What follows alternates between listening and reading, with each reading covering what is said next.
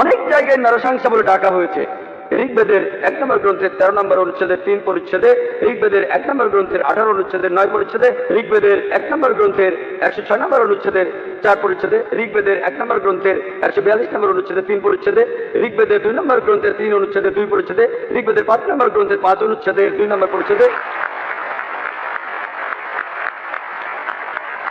ঋগ্বেদের 7 নম্বর গ্রন্থের 2 অনুচ্ছেদের 2 নম্বর পরিচ্ছেদে, ঋগ্বেদের 10 নম্বর গ্রন্থের 64 অনুচ্ছেদের 3 পরিচ্ছেদে, ঋগ্বেদের 10 নম্বর গ্রন্থের 182 নম্বর অনুচ্ছেদের 2 নম্বর পরিচ্ছেদে, যজুর্বেদের 21 নম্বর অধ্যায়ের 31 অনুচ্ছেদে, যজুর্বেদের 21 নম্বর অধ্যায়ের 55 নম্বর অনুচ্ছেদে, যজুর্বেদের 20 নম্বর অধ্যায়ের 37 অনুচ্ছেদে, যজুর্বেদের 20 নম্বর অধ্যায়ের 57 নম্বর অনুচ্ছেদে, যজুর্বেদের 28 অধ্যায়ের 2 অনুচ্ছেদে, যজুর্বেদের 28 অধ্যায়ের 19 অনুচ্ছেদে, যজুর্বেদের 28 অধ্যায়ের 42 নম্বর অনুচ্ছেদে।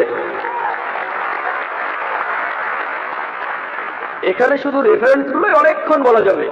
যেখানে নবী মুহাম্মদ সাল্লাল্লাহু আলাইহি ওয়াসাল্লামের নাম উল্লেখ করা হয়েছে তাকে বলা হয়েছে নরসংসা, অনেক জায়গায় বলা হয়েছে হিন্দু ধর্মগ্রন্থে আহমদ। এই আহমদ শব্দটা হিন্দু ধর্মের অন্যান্য গ্রন্থগুলোতেও রয়েছে, যেমন আছে সামবেদে ইন্দ্র 2য় অধ্যায়ের 152 নম্বর মন্ত্রে। নবীজিকে আহমদ বলে ডাকা হয়েছে যজুর্বেদে 31 অধ্যায়ের 18 অনুচ্ছেদে, ঋগ্বেদের 8 নম্বর গ্রন্থের 6 নম্বর অনুচ্ছেদের 10 নম্বর পরিচ্ছেদে। এছাড়া মহানবী সাল্লাল্লাহু আলাইহি সাল্লামকে বলা হয়েছে আহমদ, সেটা আছে অথর্ববেদের 8 নম্বর গ্রন্থের 5 নম্বর অনুচ্ছেদের 16 নম্বর পরিচ্ছেদে। এছাড়াও আছে অথর্ববেদের 20 নম্বর গ্রন্থের 126 অনুচ্ছেদের 14 পরিচ্ছেদে। মহানবী সাল্লাল্লাহু আলাইহি সাল্লামকে শুধু আহমদ নামে ডাকা হয়নি, আহমদ ওনার একটা নাম, তাকে আরো বলা হয়েছে নরসংসা অনেক জায়গায়, হিন্দু ধর্মগ্রন্থের অনেক জায়গায়। এখানে নবী মুহাম্মদের কথা বলা হয়েছে, আমি অনেক রেফারেন্স দিতে পারি। সেখানে সর্বশেষ ও চূড়ান্ত নবী মুহাম্মদ সাল্লাল্লাহু আলাইহি সাল্লাম সম্পর্কে ভবিষ্যৎবাণী করা হয়েছে। ভবিষ্যৎ পুরাণে পড়লে দেখবেন পর্ব 3 খণ্ড 3 অধ্যায় 3 অনুচ্ছেদ 5 থেকে 8 এখানে মুহাম্মদ সাল্লাল্লাহু আলাইহি সাল্লাম সম্পর্কে বলছে।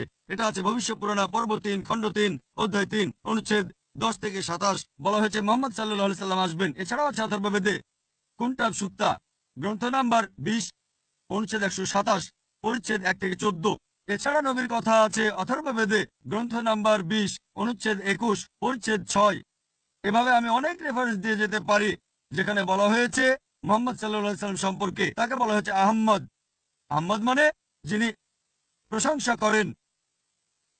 নবীর কথা অনেক জায়গায় আছে। যদি আপনি পড়েন উত্তর চিক মন্ত্র নাম্বার 1500, এখানে বলা হয়েছে আহমদ মুহাম্মদ সাল্লাল্লাহু আলাইহি সাল্লাম। তারপর দেখবেন ইন্দ্র অধ্যায় নাম্বার 2 অনুচ্ছেদ 152 আহমেদের কথা বলা হয়েছে। তারপর আছে যজুর্বেদ অধ্যায় নাম্বার 31 অনুচ্ছেদ 19 আহমেদের কথা বলা হয়েছে। এছাড়াও নবীকে বলা হয়েছে নরসংসা। নর মানে মানুষ, সংসা মানে প্রশংসনীয়। নরসংসা মানে যে মানুষটা প্রশংসনীয়। যদি এটা আরবি করেন সেটা হবে মোহাম্মদ। তাহলে মুহাম্মদ সাল্লাল্লাহু আলাইহি সাল্লামকে বলা হয়েছে নরসংসা।